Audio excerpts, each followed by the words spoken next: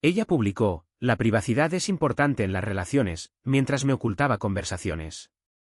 Yo respondí respetando esa privacidad por completo, eliminándome de su vida sin explicación. Ella publicó: la privacidad es importante en las relaciones, mientras me ocultaba conversaciones. Yo respondí respetando esa privacidad por completo, eliminándome de su vida sin explicación. Estás siendo paranoico. Eso fue lo que dijo. No con ira, ni con frustración, sino con ese rechazo tranquilo, casi clínico, como si yo fuera un niño que hubiera leído mal una palabra en una página y necesitara una corrección amable. Y recuerdo estar allí, de pie en la cocina, sosteniendo una taza de café de olla que ya se había enfriado, asintiendo lentamente.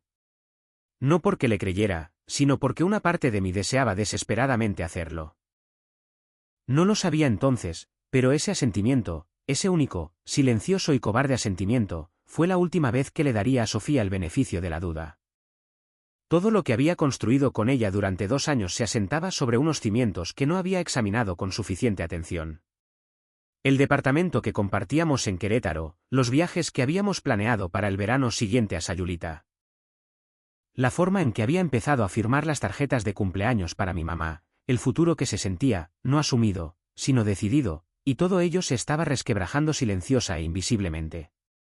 Simplemente, aún no había mirado hacia abajo. No me di cuenta en ese momento, pero ese instante en la cocina lo cambió todo. Si disfrutas de historias reales como esta, suscríbete, porque lo que pasó a continuación lo cambió todo para mí. Yo tenía 28 años, ella 26. Llevábamos juntos 2 años y 3 meses. No es que estuviera contando, pero ella siempre le daba mucha importancia a los aniversarios, así que el número se me quedó grabado. Vivíamos en Querétaro. Una ciudad con un centro histórico precioso, pero nuestra vida era bastante normal. Compartíamos un departamento de una recámara en el 4º piso de un edificio en la colonia Álamos que tenía el elevador descompuesto la mayoría de las veces. Eso es suficiente contexto. El resto de la historia se explicará por sí misma. Todo comenzó con un teléfono. No de una manera dramática, como en una escena de película. Más bien, de la forma en que comienza una fuga lenta, no una inundación, solo un goteo silencioso del que te sigues diciendo que te ocuparás más tarde. Sofía siempre había estado pegada a su celular. Eso no era nuevo. Mucha gente lo está. Pero en algún momento, alrededor del mes 19 de nuestra relación, empecé a notar algo que no podía definir del todo. No era que usara más el teléfono. Era la forma en que lo usaba. El ligero ajuste del ángulo cada vez que me sentaba a su lado en el sofá. La pantalla que se oscurecía medio segundo más rápido que antes. La forma en que respondía a una notificación con un pequeño destello de algo en su rostro. No era felicidad exactamente, más bien alerta, y luego, deliberadamente, ponía el teléfono boca abajo antes de decirme algo. Cosas pequeñas, que individualmente no eran nada. Colectivamente, un patrón que yo seguía eligiendo no ver. Y seguía eligiendo no verlo porque Sofía, en la superficie, era una buena pareja. Era atenta. Recordaba los detalles. Aparecía cuando la necesitaba. Cocinaba chilaquiles los domingos, discutía apasionadamente sobre cosas que importaban y se reía exactamente en los momentos adecuados de las películas. Era el tipo de persona que te hacía sentir, genuinamente, que habías elegido bien, razón por la cual, probablemente, tardé tanto en confiar en lo que estaba viendo. La primera señal real llegó un martes. Lo recuerdo porque había tenido un día particularmente pesado en el trabajo. Uno de esos días agotadores, de bajo grado de malestar, donde nada sale catastróficamente mal, pero todo se siente ligeramente fuera de lugar. Y llegué a casa antes de lo esperado. Ella no me oyó entrar. El departamento tenía esta puerta de entrada barata y hueca que rechinaba en la bisagra. Pero ese día no lo hizo, y entré en silencio, y ella estaba en el sofá, con las piernas recogidas, escribiendo algo rápidamente con ambos pulgares, sonriendo a la pantalla. No una pequeña sonrisa, una de verdad, del tipo que llega a los ojos, del tipo que no puedes fingir. Dije: «Hola». Se sobresaltó, visiblemente sobresaltada, y el celular se pegó a su pecho en un movimiento rápido. Luego levantó la vista, vio que era yo, y su expresión se recompuso. Llegaste temprano, dijo, y su voz era perfectamente normal, pero su mano todavía estaba presionada contra el teléfono como si algo necesitara protección. Sí, dije. Mal día. Se levantó, me dio un beso en la mejilla, me preguntó si quería un té. El momento se disolvió. Me dije a mí mismo que no era nada, pero no dormí bien esa noche. Quiero ser honesto sobre algo antes de continuar. No soy una persona celosa por naturaleza. Nunca he sido el tipo que revisa los mensajes de su pareja o necesita saber dónde está a cada hora. Creo genuinamente que las personas en una relación siguen siendo individuos. Vidas separadas, amistades separadas, mundos interiores separados. Todo eso puede existir dentro de una relación comprometida. Lo creo. Todavía lo creo. Así que, quiero ser claro. Lo que me molestaba no era que Sofía tuviera conversaciones de las que yo no formaba parte. Era el ocultamiento. El deliberado y practicado ocultamiento. La forma en que se había vuelto tan natural, tan fluido, que ya ni siquiera hacía una pausa. Era automático, como una memoria muscular construida durante semanas o meses de repetición. Eso era lo que no podía dejar pasar. No dije nada durante casi 2 semanas después del incidente del martes. En lugar de eso, observé, no obsesivamente, no como si estuviera llevando a cabo una vigilancia, solo prestando atención de una manera que probablemente debería haber estado haciendo desde el principio. Y lo que noté fue esto: Sofía ya nunca estaba completamente presente. Incluso cuando estaba justo a mi lado, incluso cuando teníamos una conversación normal, riéndonos de algo, viendo una serie que a ambos nos gustaba, había una delgada pared translúcida entre ella y yo, como si estuviera manejando 2 realidades separadas a la vez. Y en algún momento durante esas 2 semanas, empezó a quedarse despierta después de que yo me iba a la cama. No todas las noches, pero sí las suficientes como para que empezara a aparecer un patrón. Me despertaba a la 1 o 2 de la madrugada, extendía el brazo hacia su lado de la cama y lo encontraba vacío. Oía el tenue y suave tecleo de su teclado o el bajo brillo de la retroiluminación filtrándose por debajo de la puerta de la recámara. Y por la mañana, ella estaba de vuelta, dormida a mi lado, con el celular en su buró, pantalla abajo. No pregunté al respecto. Todavía no. La publicación ocurrió un viernes. Estaba navegando por mi feed sin pensar. El tipo de navegación que haces, no porque estés realmente interesado, sino porque tus pulgares necesitan algo que hacer. Y allí estaba. Una imagen con una cita, fondo negro, texto blanco, fuente limpia. La había compartido en su historia.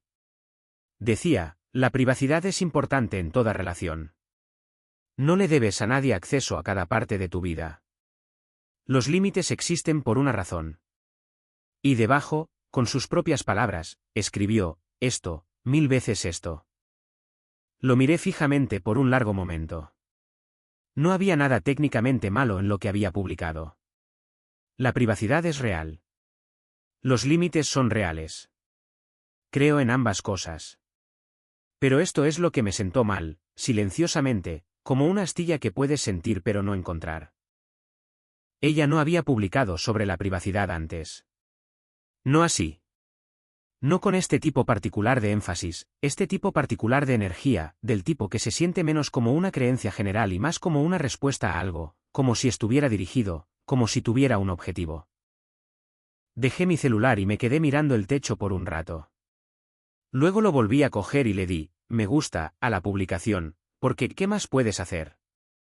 Ese fin de semana, cenamos con un par de amigos, Mateo y su novia Camila.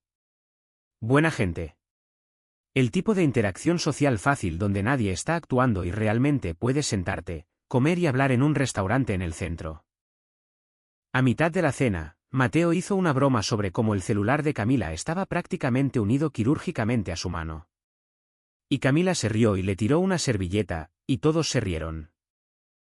Y entonces Sofía dijo, muy casualmente, sinceramente, creo que la gente en las relaciones está demasiado obsesionada con los celulares de los demás. Es solo un celular. Nadie reaccionó con fuerza a eso.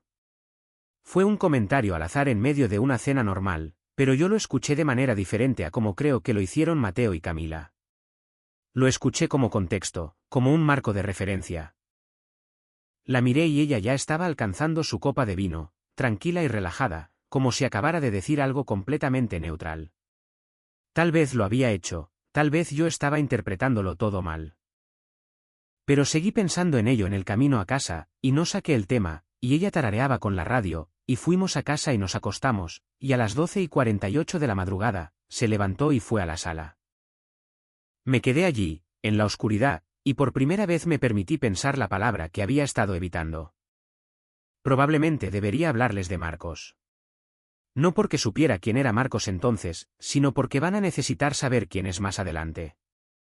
Y quiero asegurarme de que entiendan que cuando su nombre finalmente entró en mi vida, no vino con una revelación dramática. Vino en silencio, casualmente, de la forma en que suelen llegar las cosas más importantes. Marcos era alguien que Sofía había conocido antes de que nos conociéramos. Un viejo conocido. Así es como lo describió una vez, brevemente, cuando su nombre surgió de alguna manera periférica y olvidable durante nuestro primer año juntos. Viejo conocido. No un amigo cercano, no alguien significativo, solo un nombre que existía en algún lugar del fondo de su vida antes de mí. No tenía ninguna razón para pensar en él, así que no lo hice. Unos días después de la cena con Mateo y Camila, tuve una conversación con Sofía que quiero reconstruir con la mayor precisión posible, porque las palabras importan. Estábamos en la cocina. Siempre era en la cocina, de alguna manera. Y yo estaba lavando los platos y ella los estaba secando. Y dije, sin darme la vuelta para mirarla, ¿puedo preguntarte algo? Ella dijo, claro. Dije, ¿está todo bien entre nosotros? Hizo una pausa. No muy larga, quizás 2 segundos. Luego dijo, ¿por qué preguntas eso?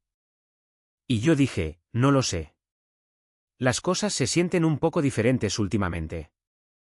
Dejó el plato que estaba secando, se apoyó en la barra de la cocina y me miró con una expresión de amable preocupación que era casi convincente. ¿Diferentes cómo?, preguntó. Y traté de explicar. Traté de articular la pantalla del celular siempre boca abajo, las noches tardías, la sensación de una pared, la publicación, el comentario en la cena. Y mientras decía estas cosas en voz alta, podía escuchar cómo sonaban, pequeñas, circunstanciales, como piezas de un rompecabezas que no llegaban a formar una imagen. Ella escuchó todo y luego dijo en voz baja, «Estás siendo paranoico». No con crueldad, sino con esa paciencia medida y cuidadosa que casi me hizo sentir mal por haber sacado el tema. Solo he necesitado algo de tiempo para desconectar últimamente, dijo. El trabajo ha sido mucho. No me di cuenta de que te estaba haciendo sentir así. Lo siento. Y extendió la mano y la puso en mi brazo, y yo me quedé allí, con agua jabonosa goteando de mis manos, y asentí. Ese asentimiento del que les hablé al principio, el último que le concedí. Se disculpó, y durante aproximadamente una semana, las cosas realmente se sintieron mejor. Guardó más su celular. Se fue a la cama cuando yo lo hice. Estaba presente de esa manera tangible y cálida como solía estar durante nuestro primer año. Y me relajé. Exhalé. Me dije a mí mismo que había estado construyendo un problema a partir de sombras. Me dije que estar en una relación durante mucho tiempo significa aprender a manejar tus propias inseguridades. Y esta había sido la mía. De hecho, me sentí un poco avergonzado por la conversación. Luego encontré el cargador. Esto suena mundano. De hecho, fue la cosa más mundana posible, pero necesito contarles cómo sucedió. Estaba buscando mi propio cargador de celular. Lo había perdido, algo que hago constantemente. Y estaba revisando los lugares habituales, el buró, detrás de los cojines del sofá, la barra de la cocina. Revisé el lado de Sofía del buró. Ella no estaba en casa. No estaba husmeando. Solo quería mi cargador, y encontré el suyo. Pero enredado con él había un segundo cable, conectado a una pequeña batería externa, que a su vez estaba conectada a un celular que no reconocí. No su celular habitual, un segundo celular, un modelo más antiguo. Tenía el aspecto de ser de prepago, de esos que compras en un Oxxo. Pantalla oscura. Lo cogí. Lo giré en mis manos. Y luego lo dejé exactamente donde lo encontré. Y me senté en el borde de la cama, y me quedé allí sentado por un tiempo muy largo. Quiero ser cuidadoso aquí sobre lo que hice y no hice a continuación. No desbloqueé el celular. No sé su contraseña para su celular normal, y no tenía idea de cuál era la de este. Y, honestamente, la idea de intentar entrar me hacía sentir enfermo de una manera que no podía explicar del todo, no porque tuviera miedo de lo que encontraría, sino por lo que significaría el hecho de que estuviera buscando. Así que, no lo hice. Volví a poner todo exactamente como lo había encontrado. Y fui a la sala, me senté allí, y pensé en la palabra que había estado evitando. Y me permití decirla finalmente, en el silencio de mi propia mente. No en voz alta, pero clara, definitivamente. Ella llegó a casa una hora después. Estaba de buen humor. Había comprado comida para llevar, hizo una broma sobre la fila en el lugar, se sirvió un vaso de agua. La observé desde el sofá y pensé, ¿cuánto tiempo? No de manera acusatoria, más como un problema matemático que intentaba resolver. ¿Cuánto tiempo llevaba pasando esto? ¿Cuántos de los momentos que yo había interpretado como normales eran en realidad otra cosa? ¿Cuántas de las noches que había pensado que solo se quedaba despierta para desconectar habían sido en realidad conversaciones en un celular que nunca había visto? ¿Cuántas veces me había mirado desde el otro lado de una habitación y había sentido qué? ¿Culpa? ¿Nada? Algo para lo que no tenía una palabra. Se sentó a mi lado en el sofá y apoyó la cabeza en mi hombro. «Buen día», preguntó. «Bastante bueno», dije. Y nos quedamos sentados juntos, en silencio. Y no dije ni una palabra. Quiero contarles sobre los 2 días que siguieron, porque importan. Porque durante esos 2 días, tomé la decisión. No impulsivamente, no por ira, sino lenta, deliberadamente. De la manera en que tomas una decisión cuando ya has agotado todas las alternativas, y lo que queda ya no es una opción. Es solo un reconocimiento de la realidad. El primer día, le llamé a Mateo. No para contárselo todo, solo para hablar con alguien que me conociera lo suficientemente bien como para escuchar lo que no estaba diciendo. Nos vimos para tomar un café. Me preguntó qué pasaba. Dije, creo que he estado ignorando algo durante un tiempo. Me miró por encima de su taza y dijo, ¿cuánto tiempo es un tiempo? Dije, probablemente más de lo que quiero admitir. No insistió. Simplemente dijo, ¿qué quieres hacer al respecto? Y me di cuenta, sentado allí, de que no quería pelear. No quería una confrontación. No quería una escena lacrimógena donde ella llorara y explicara y yo tuviera que decidir si creer la explicación. Porque esta es la cosa que entendí en esa cafetería, en ese momento tranquilo y ordinario, no importaba cuál fuera la explicación. El segundo celular existía. El ocultamiento existía. La pared existía. La publicación existía. La cuidadosa y practicada mecánica del encubrimiento existía. E incluso si me daba una explicación que técnicamente pudiera creer, nunca podría saber nada de eso. Nunca podría quitarme el peso de una relación de 2 años asentada sobre unos cimientos que no se me había permitido ver por completo. Algunas personas dicen que la confianza es difícil de construir. Es verdad. Pero lo que no te dicen es que una vez que se ha ido, el espacio que deja no es exactamente duelo. Es más como el silencio. Una habitación de la que han quitado todos los muebles. Puedes vivir en ella, pero ya no se siente como un hogar. Mateo me llevó de vuelta al edificio de departamentos y dijo, sea lo que sea que decidas, vas a estar bien. Le creí. El segundo día, organicé la logística. Mateo tenía un cuarto de visitas. Me lo ofreció sin que tuviera que pedirlo. Leyó la situación con suficiente claridad. Tenía suficientes ahorros para manejar las consecuencias prácticas inmediatas.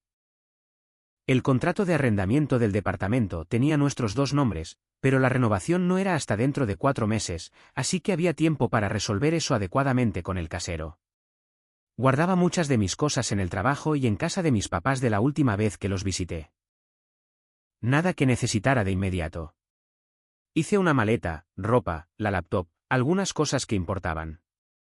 Lo hice mientras ella estaba en el trabajo. Fui silencioso al respecto. Fui cuidadoso. Limpié después de mí. Dejé la cocina como a ella le gustaba. Cogí mi cargador, que finalmente encontré detrás del microondas. Y luego me senté en la mesa de la cocina durante unos minutos, y pensé en escribir una nota. Pensé en lo que diría en ella. Pensé en cada versión de la explicación que podría ofrecer. El celular, el ocultamiento, la publicación, los 2 años, el asentimiento en la cocina. Y me di cuenta de que cualquier cosa que escribiera sería una invitación. Una invitación para que ella respondiera, explicara, convirtiera esto en una negociación sobre cuál era realmente la verdad. Y no quería eso. Ella había publicado públicamente que la privacidad era importante en las relaciones, que no le debías a nadie acceso a cada parte de tu vida, que los límites existen por una razón. Tenía razón. Tenía toda la razón. Y decidí honrar eso por completo. Su privacidad era suya. Podía quedarse con cada parte de ella. Cogí mi maleta. Cerré la puerta detrás de mí con mi llave. Dejé caer la llave en la ranura del buzón al salir del edificio. Y caminé hacia mi carro y conduje hasta la casa de Mateo. Y no envié un mensaje. No llamé. No di explicaciones. Esto es lo que pasó a continuación, y se lo voy a contar sin rodeos. Me llamó a las 6:47 de la tarde. Lo recuerdo porque estaba ayudando a Mateo a hacer la cena, y vi el celular vibrar en la barra. No respondí. Volvió a llamar a las 6:52. No respondí. Llegó un mensaje: «Hola, ¿ya vienes para la casa?» No hay nada de comer. Pensaba que podíamos pedir algo. Normal, alegre. Ninguna indicación de que hubiera notado algo todavía. Puse el celular boca abajo. A las 7:30, otro mensaje: «¿Estás bien? Normalmente ya estás en casa». A las 8:15, me estoy preocupando un poco. ¿Puedes simplemente decirme que estás bien? A las 9, por favor, responde. No sé qué está pasando. A las 9:47, ya llegué a la casa y tus cosas no están. ¿Qué está pasando? Por favor, llámame. A las 10:03, ¿es esto algún tipo de broma? No lo entiendo. A las 10:31, tengo miedo. Por favor, solo dime que estás bien. A las 11:14, ok, lo pillo. Claramente estás molesto por algo, pero necesitas hablar conmigo. Esto no está bien. Y luego, a las 11:52 de la noche, el último de esa noche, no sé qué hice. Por favor. No respondí a ninguno de ellos. Suena cruel. Sé que lo parece. Y no voy a pararme aquí a decirles que no sentí nada al leer esos mensajes. Sentí bastante. Pero a lo que seguía volviendo era a la palabra que ella había usado en esa cocina. Paranoico. Me había mirado a los ojos, con su mano en mi brazo, y había llamado paranoico a lo que yo sentía.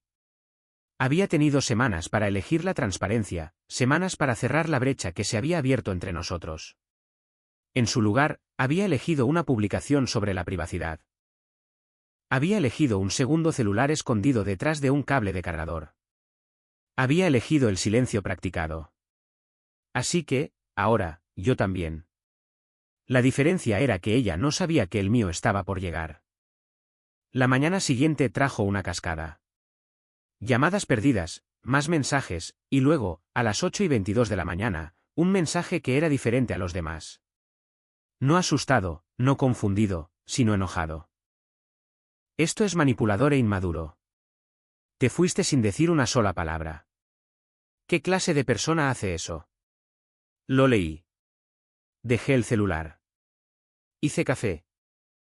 A las 8:46, merezco una explicación.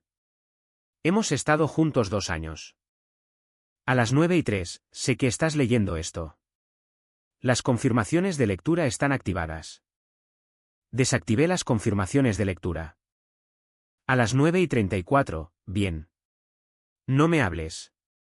Pero deberías saber que esto dice mucho sobre quién eres. Bebí mi café. Mateo entró en la cocina, Me miró a la cara, se sirvió una taza sin hacer preguntas y se sentó frente a mí. Mala noche, dijo. Las he tenido peores, respondí. Nos sentamos juntos en un silencio cómodo. Y estaba agradecido, genuinamente agradecido de que algunas personas en tu vida son simplemente sólidas, fiables, silenciosamente sólidas. Se puso en contacto con Mateo al segundo día. Él mismo me lo contó. Le había enviado un mensaje preguntándole si había sabido de mí, si estaba bien, si sabía qué estaba pasando. Mateo le dijo que yo estaba bien. No le dijo dónde estaba. Ella insistió un poco. Le pidió que me convenciera para que la llamara. Dijo que no estaba siendo justo. Dijo que la estaba torturando con el silencio. Mateo respondió simplemente, creo que se pondrá en contacto cuando esté listo. Ella no respondió después de eso. Camila me llamó al tercer día. A esa sí respondí, porque Camila era el tipo de persona que no llamaba a menos que tuviera algo real que decir. Está destrozada, dijo Camila sin preámbulos. Ok, dije. No te digo esto para hacerte sentir culpable, añadió rápidamente. Solo pensé que deberías saberlo. Te lo agradezco. Una pausa. Luego Camila me dijo que no sabe que hizo mal. Y no dije nada por un momento, porque esa frase me pareció genuinamente interesante. No hiriente, interesante. No sabe que hizo mal. ¿De verdad, o eso era lo que estaba diciendo? Camila, dije, mencionó un segundo celular. La pausa al otro lado fue aproximadamente un segundo más larga de lo que debería haber sido. ¿Qué? Dijo Camila, y su voz había cambiado. No mucho. Lo justo. Olvídalo, dije. No, ¿de qué estás hablando? No importa, dije. Aprecio que hayas llamado. De verdad. Otra pausa. Ok, dijo Camila lentamente. Y luego, creo que ella podría saber exactamente lo que hizo. No dijo nada más sobre eso. Tampoco yo. Al quinto día, Sofía dejó de enviar mensajes. Un silencio frío, completo, del tipo que es más ruidoso que el ruido.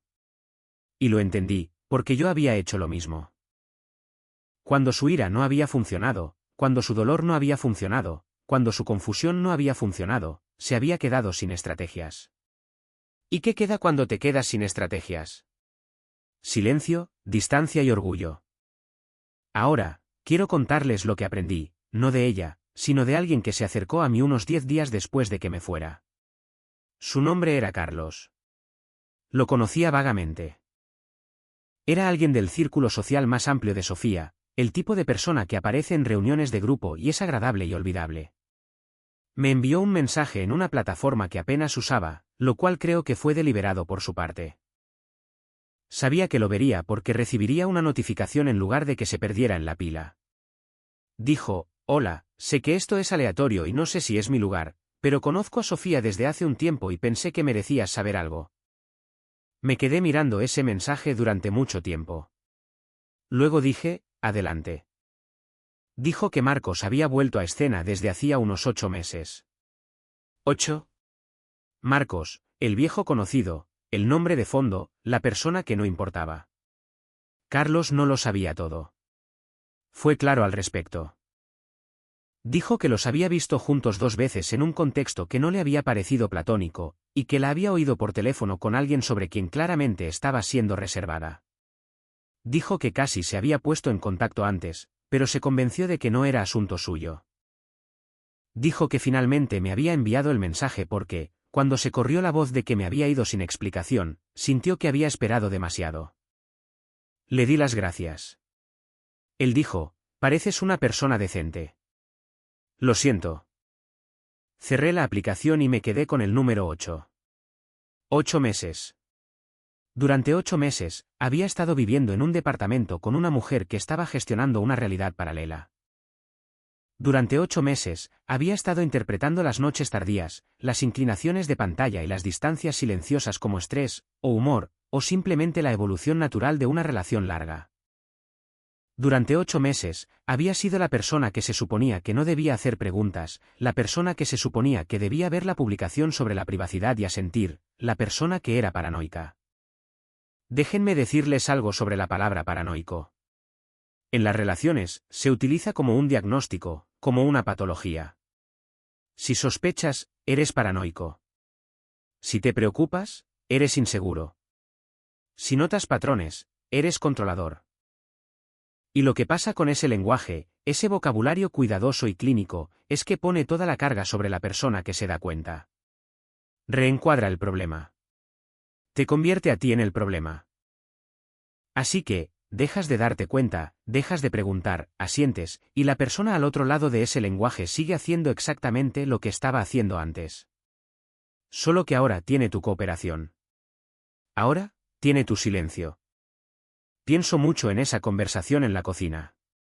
No con ira, sino con algo más cercano a la claridad. Porque ahora entiendo que el momento en que me llamó paranoico fue el momento en que tomó su decisión final.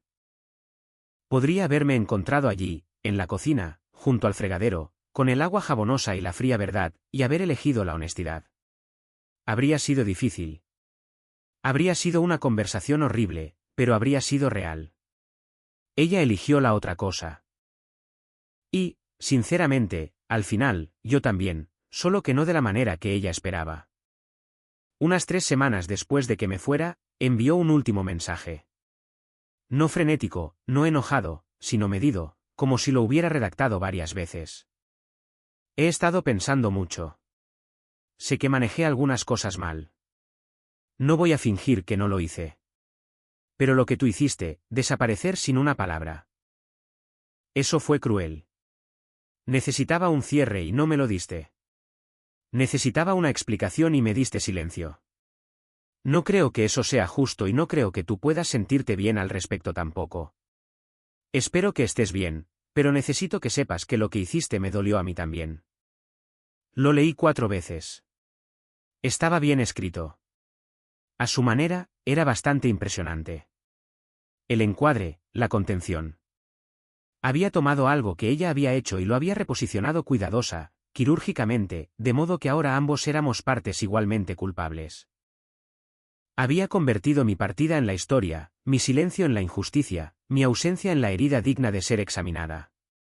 Y en algún lugar allí, enterrada en el lenguaje compuesto y considerado, estaba la implicación de que yo le debía algo. Cierre, explicación, palabras. Me quedé con ello durante un día y luego pensé en su publicación. La privacidad es importante en las relaciones. No le debes a nadie acceso a cada parte de tu vida. Los límites existen por una razón.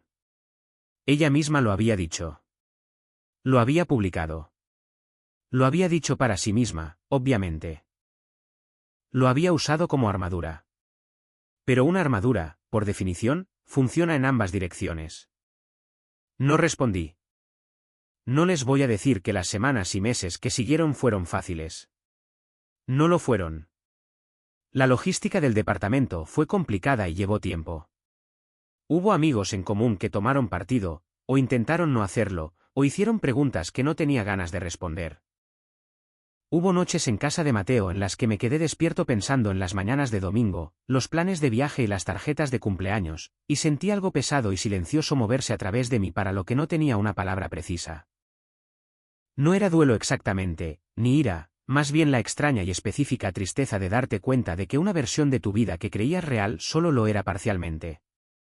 Que habías estado viviendo en una casa donde una de las paredes era un telón de fondo pintado. Y habías amado la casa de todos modos, y amarás la siguiente también. Finalmente, la de verdad. Esa parte la sabía con certeza. Pero saber algo y sentirlo no son lo mismo, y me di tiempo para simplemente sentirlo, sin prisas. Mateo fue decente al respecto. No presionó. Cocinaba los fines de semana, ponía partidos de fútbol en la tele y ocasionalmente decía algo útil, y sobre todo, simplemente me dejaba existir en el mismo espacio sin exigir que estuviera bien. Eso fue suficiente. Esta es la cuestión sobre eliminarse de la vida de alguien sin explicación. La gente tendrá opiniones al respecto. Opiniones fuertes. La más común que escuché de amigos en común, de Camila, incluso suavemente de mi propia mamá una vez que supo lo que había pasado, fue que le negué a Sofía el cierre que necesitaba. Que, sin importar lo que hubiera hecho, merecía una conversación, una confrontación, un final adecuado con palabras y lágrimas, y todo el doloroso y necesario ritual que conlleva. Y he pensado en ese argumento cuidadosamente. Le he dado una consideración real, y aquí es donde llego. El cierre es un regalo. Es algo que le das a alguien que ha sido honesto contigo. Es algo que le das a alguien que, cuando se enfrenta a la elección entre la verdad y el ocultamiento, eligió la verdad. Es algo que le das a alguien que, en la cocina, junto al fregadero, con la pregunta flotando entre ustedes como humo, eligió abrir una ventana en lugar de dejar que se espesara. Sofía no había hecho eso. Había tenido meses de ventanas. Las había mantenido todas cerradas. Compró un segundo celular, lo mantuvo cargado y guardado, y me dejó estar de pie en nuestro departamento compartido llamándome a mí mismo paranoico. No le debía la conversación que ella debería haber iniciado. Hay una cosa más que quiero decirles y luego he terminado. Unos 4 meses después de que me fuera, estaba en una cafetería cerca de mi nuevo lugar. Ya me había mudado de lo de Mateo, había conseguido un pequeño departamento para mí, nada destacable, pero mío, y me encontré con Camila por pura casualidad. La absurda geografía aleatoria de una ciudad que a veces se pliega sobre sí misma. Se sentó conmigo un rato. Hablamos de cosas normales y luego dijo, sin que se lo preguntara, está con él ahora. No pregunté a quién se refería. Sabía a quién se refería. Miré por la ventana un segundo. Luego dije, ok. Camila me observó. Eso es todo, dijo. Solo ok. Solo ok, dije. Estuvo callada un momento. Entonces lo sabías, ¿verdad? Antes de irte, lo sabías. Sabía lo suficiente, dije. ¿Por qué no le dijiste nada? Lo pensé. No para fingir consideración. Realmente lo pensé. Y luego dije, porque ella ya me había dicho todo lo que necesitaba saber. Camila me miró. La publicación, dijo lentamente. Entre otras cosas, dije. Ella asintió. Cogió su taza de café. Dijo en voz muy baja, casi para sí misma, pensé que esa publicación era rara cuando la compartió. La mayoría de la gente lo pensó, dije. Simplemente no lo dijeron. Pienso mucho en la mecánica de lo que sucedió. No en Sofía específicamente, ni en Marcos, ni en el segundo celular o las noches tardías o la publicación, sino en la mecánica subyacente a todo ello. La forma en que las personas se convencen de que el encubrimiento es lo mismo que la privacidad, que ocultar es solo una forma de límites. Que si lo enmarcas de la manera correcta, si encuentras el lenguaje adecuado, la cita estética perfecta en un fondo negro, puedes hacer que el secreto se sienta como autopreservación. Y la cosa es que funciona. Funciona con la persona a la que le estás ocultando cosas. Funciona porque te aman y quieren creerte. Y creer siempre es más fácil que dudar. Y dudar siempre es agotador. Funciona justo hasta el momento en que la persona que has estado gestionando finalmente deja de gestionar su propia incomodidad. Justo hasta el momento en que dejan de asentir. Justo hasta el momento en que vuelven a casa de una cafetería con un amigo, empacan una maleta en silencio, cierran una puerta detrás de ellos y dejan caer una llave en una ranura. Y entonces deja de funcionar, y todo el encuadre del mundo ya no importa, porque no puedes hacer que algo sea honesto retroactivamente. No puedes deconstruir la arquitectura de una mentira explicando los planos. Simplemente tienes que sentarte en el departamento con lo que quede. Estoy en un lugar diferente ahora, literal y figurativamente. El nuevo departamento tiene una ventana que da al este, algo que no me di cuenta de que me importaba hasta que empecé a despertarme con ella cada mañana. La luz natural a las 6 de la mañana te hace algo. He estado leyendo más. He estado corriendo, algo que no había hecho consistentemente desde la universidad. He estado prestando atención a las cosas que estaba demasiado distraído, demasiado ocupado manteniendo una historia que me había medio convencido de que era verdad, como para notar antes.